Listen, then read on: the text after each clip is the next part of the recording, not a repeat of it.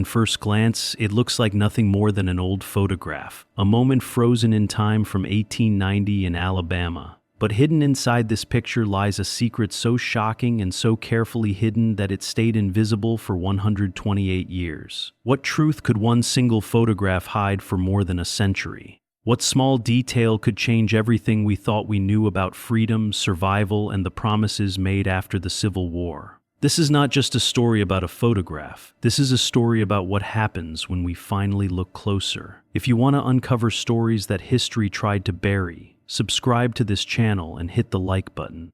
You won't believe what we're about to reveal. Dr. Marcus Webb had studied thousands of photographs in his work as a historian of the Reconstruction era. But on an August afternoon in 2018, while sorting donations at the Montgomery Historical Society in Alabama, one studio portrait caught his attention. The photograph showed a black family of 5 posed against a painted backdrop. The lighting was professional, the composition was careful, and the clothes looked expensive. The father stood tall beside an ornate chair. The mother sat gracefully with her hands folded. 3 children stood around them, a boy about 12, a girl about 9, and a younger boy about 6. All of them wore fine clothing that showed they had done well. On the back it said, "The Harris Family, Montgomery, Alabama, June 1890." 25 years after emancipation, this family had clearly found success. But something felt wrong to Marcus. The parents' eyes showed tiredness behind their formal expressions. The children's smiles looked practiced. The mother's hands were placed with unusual care. Marcus took out his magnifying glass and looked closer. He studied the faces, the clothes, and the backdrop. Then he focused on the mother's hands. His breath stopped. On her left wrist, barely visible under the lace, was a faint scar, a thin line that curved around her wrist, the clear mark left by iron shackles. Marcus leaned in, his heart beating faster. The scar was unmistakable. But this was 1890, 25 years after slavery had ended. Such marks should have faded long ago unless they were more recent. He checked her right wrist. Another scar, even better hidden.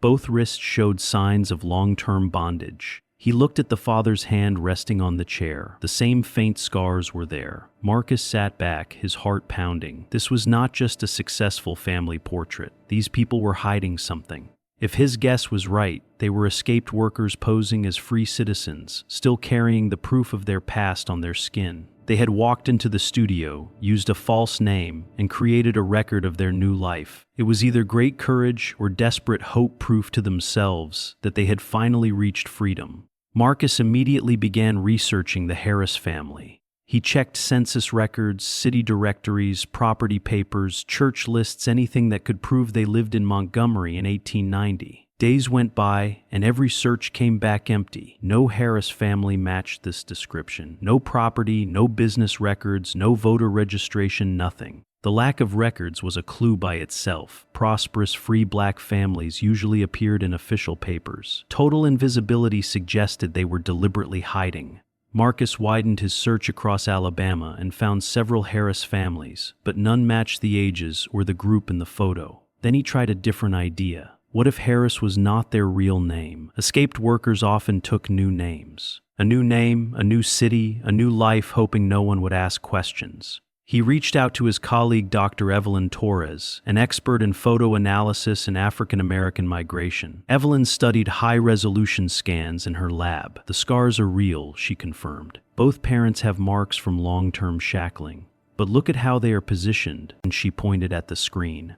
The mother's wrists are turned to hide the scars as much as possible. The father does the same. Those lace cuffs are not just for decoration, they are covering the evidence.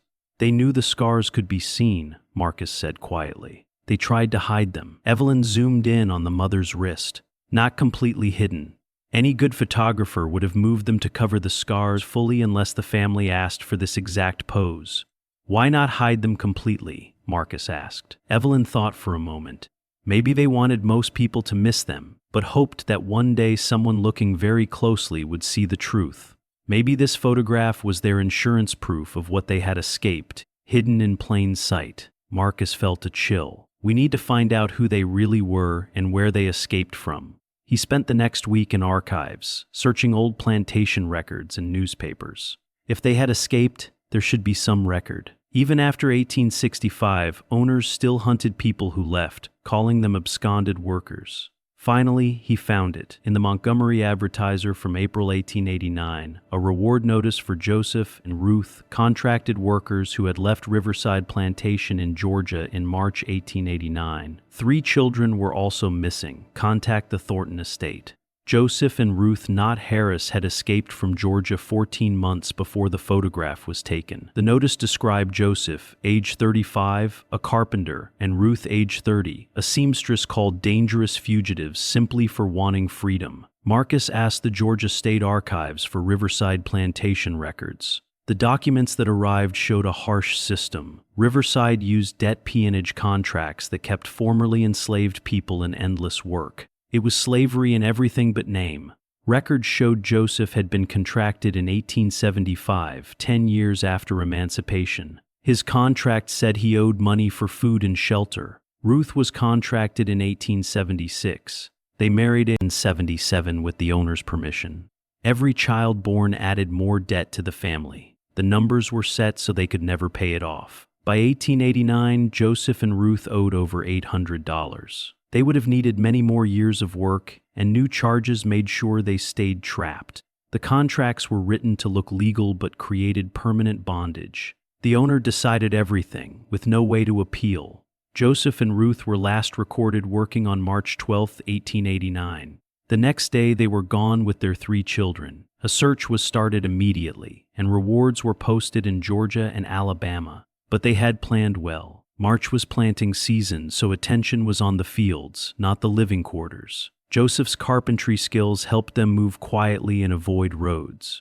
They walked about 100 miles to Montgomery, traveling at night and hiding during the day. Montgomery had a growing black community where they could blend in and find work without questions. By July 1889, church records at Dexter Avenue Baptist showed Joseph Harris, carpenter, and his wife Ruth, seamstress, with 3 children joining the church. They had made it. They found work quickly using their skills. Joseph worked on construction sites, and Ruth did sewing at home. They joined the church when they felt safe enough, but fear never left them.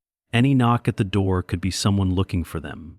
The June 1890 studio photograph now had deeper meaning. 14 months after their escape, they had saved enough for a professional portrait. Fine clothes, careful poses, it was more than success. It was an act of defiance. They stood there as the Harris family and claimed their new life. They positioned themselves carefully so the scars were only partly visible, hidden from most people, but not from history. Perhaps they hoped someone would one day look closely and understand their courage.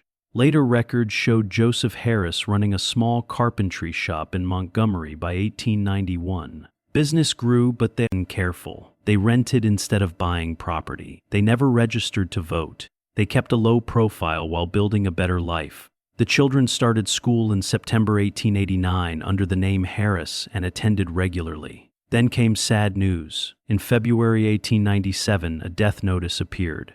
Ruth Harris, age 38, had died suddenly. She left behind her husband Joseph and 3 children. Ruth had enjoyed only 8 years of freedom. After her death, the family disappeared from Montgomery records. Joseph and the children likely moved north to Philadelphia, where they could disappear more easily. In Philadelphia, Joseph continued working as a carpenter. He bought a small house in 1905, the first time he owned property. He died in 1918 during the flu epidemic, still using the name Harris. Through careful research, the real names were finally discovered: Joseph Freeman and Ruth Williams. They had been contracted workers at Riverside Plantation in Burke County, Georgia. In March 2019, Dr. Marcus Webb published his findings in a history journal. The article included clear images of the scars and all the supporting records. The story spread quickly across the country. The photograph appeared in newspapers, on television, and online. People finally saw Ruth's scars and understood the long struggle for real freedom after the Civil War. The Montgomery Historical Society created an exhibition called Hidden Freedom about the family. Thousands visited. The story was added to school lessons about Reconstruction and debt peonage. Marcus and other researchers traced the family's descendants. They found dozens of relatives across the United States who had never known the full story. In November 2019, 23 descendants gathered in Montgomery for a family reunion and memorial. They stood at Dexter Avenue Baptist Church and honored Joseph and Ruth's courage. A memorial marker was placed near the old photography studio site. Diana Thompson, a great-great-granddaughter of Elizabeth and Freeman, spoke movingly about her ancestors. She now travels and shares the story, always pointing out the scars in the photograph. Ruth Freeman wanted us to know, she tells people. She left the evidence in the picture for someone to find one day.